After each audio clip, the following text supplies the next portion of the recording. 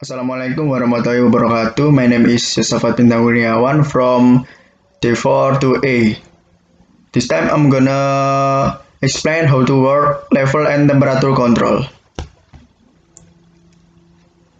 When we press the push button 1, water flow out from water inflow. And then when we press the push button 2, water was heated by steam supply and the water inflow has stopped. The water was heated from steam supply and going to steam valve. And then when we press the push button 3, water come out from the water outflow.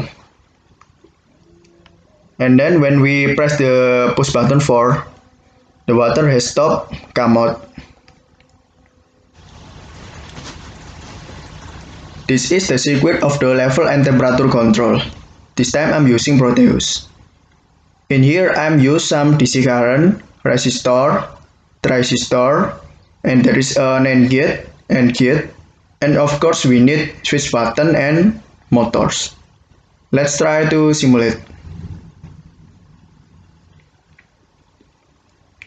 When the switch button 1 press, the motor is gonna rotate.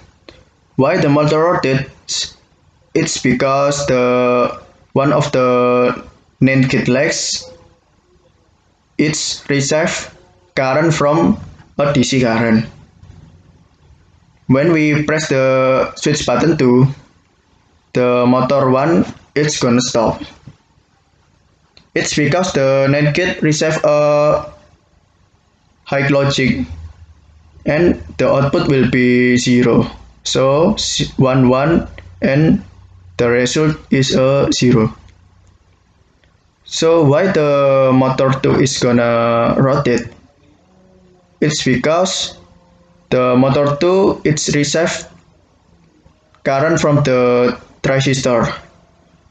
And of course the motor 2 it's receive from the ground too. When we press the switch button 3, the motor 2 is gonna to stop and the motor 3 is gonna rotate. How can it rotate? It's because the AND gate receive high logic. So the result is 1 1 and the output is gonna to 1 or high logic. Then the motor 3 is gonna rotate. When we press the switch button 4, the motor 3 is gonna to stop. The switch button 4 function it's gonna break the current of motor 3 to the ground.